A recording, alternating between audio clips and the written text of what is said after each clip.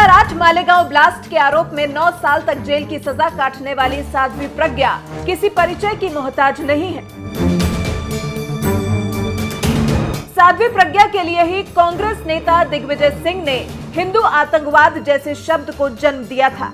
तब ना तो साध्वी प्रज्ञा कुछ कर पाई थी और ना ही हिंदुत्ववादी छवि वाली पार्टी बीजेपी।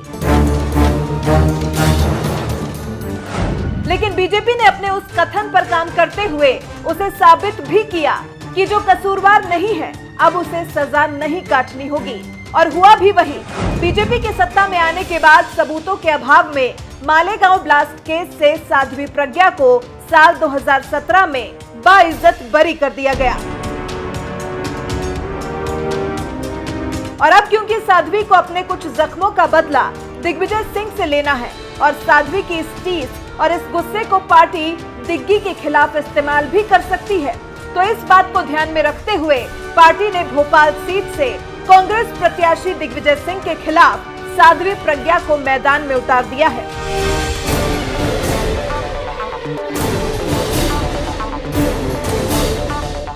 पार्टी ने हिंदू आतंकवाद शब्द को जन्म देने वाले दिग्गी को जवाब देने के लिए एक हिंदू को ही मैदान में उनके खिलाफ ताल ठोकने के लिए उतार दिया है। और इससे पहले जब साध्वी प्रज्ञा ने बीजेपी की सदस्यता हासिल की थी तो साध्वी ने चुनाव लड़ने के साथ साथ अपनी जीत भी सुनिश्चित होने का दावा किया था। चुनाव लड़ेंगे और विजयी होंगे। बड़ी चुनौती है दिग्विजय सिंह। नहीं, मेरे लिए कोई बड़ी चुनौती नहीं है। 10 साल से वो मुख्यमंत्री रहे हैं और 20 दिन पहले उनका टिकट तय हो गया है। हमारे साथ शिवराज जी हैं और शिवराज जी 15 वर्षों तक सीएम रहे। अपने जो कांग्रेस के षड्यंत्र के जो हमारे इतने 10 वर्ष बीते हैं, उसके पश्चात आज जब ये राजनीतिक युद्ध प्रारंभ हुआ है, धर्म युद्ध प्रारंभ हुआ है, तो इसके लिए मैं आज भारतीय जनता पार्टी कार्यालय पर आई हूं और सब मिलकर के राष्ट्र के विरुद्ध जो षड्यंत्र कर रहे हैं, उनके विरुद्ध राष्ट्र धर्म के लिए हम लोग एक साथ मिलकर के कार्य करेंगे और ये धर्म युद्ध हम जीतेंगे, ये सुनिश्चित है। सीएम कमलनाथ को भले ही साध्वी प्रज्ञा के बीजेपी में शामिल होकर चुनाव लड़ने से ऐतराज हो, लेकिन बीजेपी इस कार्ड को खेलकर अपने फेवर में इस्तेमाल करना चाहती है। इसलिए साध्वी को टिकट देकर दिग्गी के सामने चुनावी जंग लड़ने के लिए मैदान में उतार दिया है। साध्वी विरोधियों को सबक सिखाने के लिए पहले से ही तैयार बैठी है। उनका मानना है कि वो 16 साल के बाद चुनाव में किस्मत आजमा रहे दिग्विजय सिंह को भोपाल लोकसभा सीट से कड़ी टक्कर देने का मादा रखती है। बता दें कि साध्वी प्रज्ञा ठाकुर सबसे पहले तब चर्चा में आई थी जब 2008 मालेगांव ब्लास्ट केस में आरोपी के तौर पर उन्हें गिरफ्तार किया गया था। 9 साल तक जेल में रहने के बाद हालांकि उन पर लगे सभी आरोपों से उन्हें बरी कर रिहा कर दिया गया। बता दें कि मध्य प्रदेश में ही जन्मी साध्वी प्रज्ञा को उनके जन्म स्थान का भी फायदा मिल सकता है। भिंड जिले के कछवाहा गांव में साध्वी प्रज्ञा का घर है। साध्वी प्रज्ञा ने हिस्ट्री में पोस्ट ग्रेजुएशन किया है और शुरू से ही उनका दक्षिणपंथी संगठनों के प्रति रुझान रहा था। वो आरएसएस की छात्र इकाई की सक्रिय सदस्य भी रह चुकी हैं। अब ये देखना दिलचस्प होगा कि दिग्विजय सिंह पर जख्म देने के आरोप लगाने वाली प्रज्ञा कुछ स्वास्थ्य संबंधी दिक्कतों के लिए दिग्विजय सिंह को आरोपी मानने वाली प्रज्ञा बीजेपी के टिकट पर चुनाव लड़कर अपना बदला पूरा कर पाती है या नहीं। सवाल कई हैं, जिनमें से एक सवाल ये भी है कि क्या राजनीति जैसे क्षेत्र में अनुभवहीन होने का नुकसान प्रज्ञा को उठाना पड़ेगा या फिर जनता पर उनके जीवन में दिग्विजय सिंह की वजह से आई दिक्कतों को जनता ज्यादा तरजीह देते हुए उन्हें विजयी बनाती है।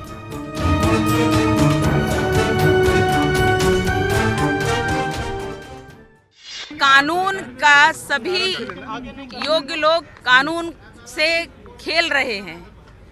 मुझे एनआईए ने क्लीन चिट दी है, जांच एजेंसी ने क्लीन चिट दी है, वो भी कई वर्षों की जांच के बाद। उसके पश्चात आज मेरे ऊपर चार्ज फ्रेम कर दिया है। ये कानून का खेल है और लोग खेल रहे हैं।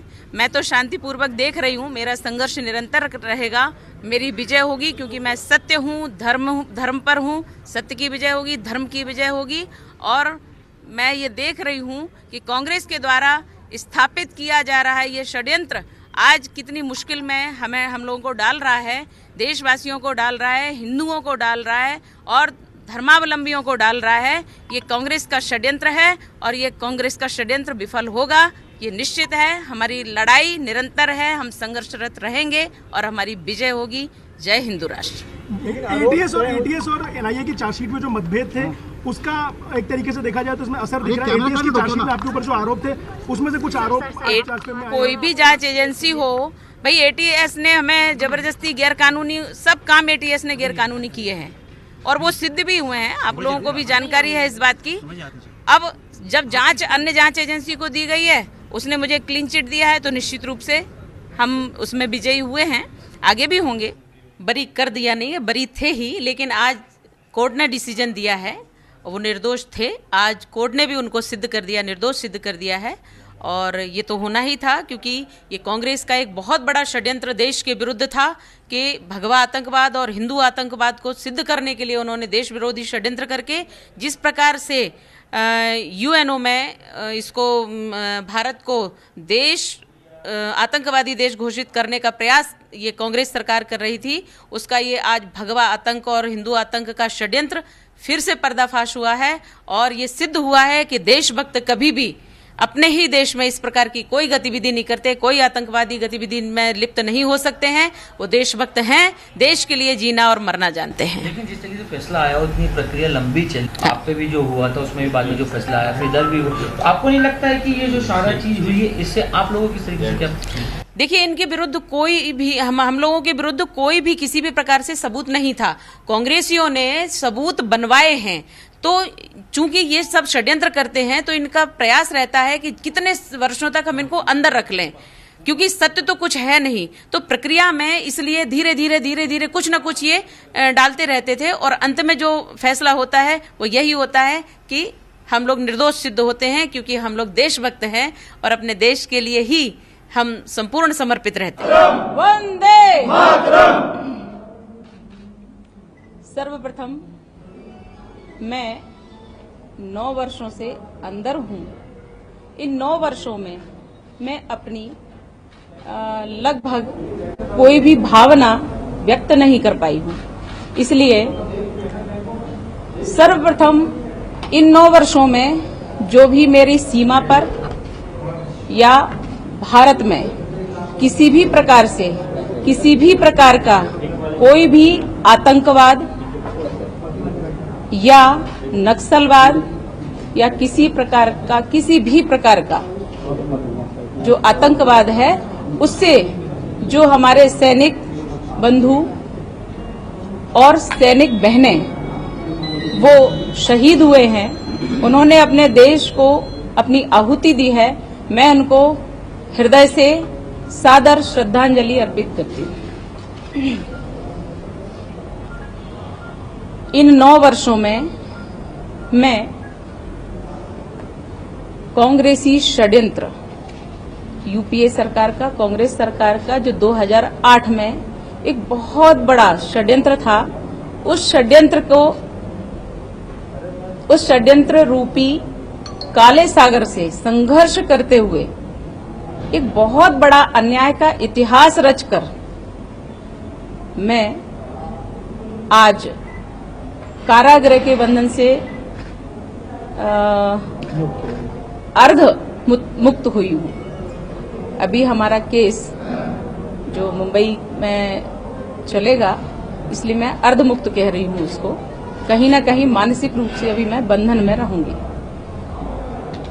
तो मैं आज बंधन मुक्त हुई हूँ और मैं कोर्ट को, हाई कोर्ट को, माननीय हाई कोर्ट को धन्यवाद करती हूँ कि उन्होंने इतने वर्षों में ही सही किंतु न्याय के लिए सुना और मुझे कम से कम इलाज करने के लिए अवसर दिया, मुझे स्वतंत्र श्वास लेने का अवसर दिया।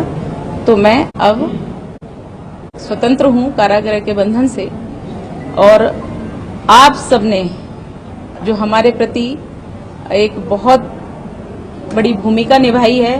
प्रारंभ में तो जरूर आप लोगों ने थोड़ा गलत किया, बहुत ज्यादा ही आप लोग थोड़े से हो गए थे और आपने आतंकवादी भी कह दिया और तमाम प्रकार का, लेकिन कांग्रेस का जो षड्यंत्र था उसमें कहीं न कहीं आप लोग प्रभावित हो गए थे, परंतु उनके भगवा आतंकवाद से जरूर आप थोड़े से मीडिया वाले भी, बाकी लोग भी आहत हुए और उन्हें लगा कि कहीं न कहीं ये कोई बहुत बड़ा षड्यंत्र है और वो इस चीज को स्वीकार किए। और आप लोगों का जो एकदम से मत क्लियर हुआ है वो मुझे आभास होता है और आप मेरे समक्ष हैं, आज आप मुझे सुनने के लिए आए हैं।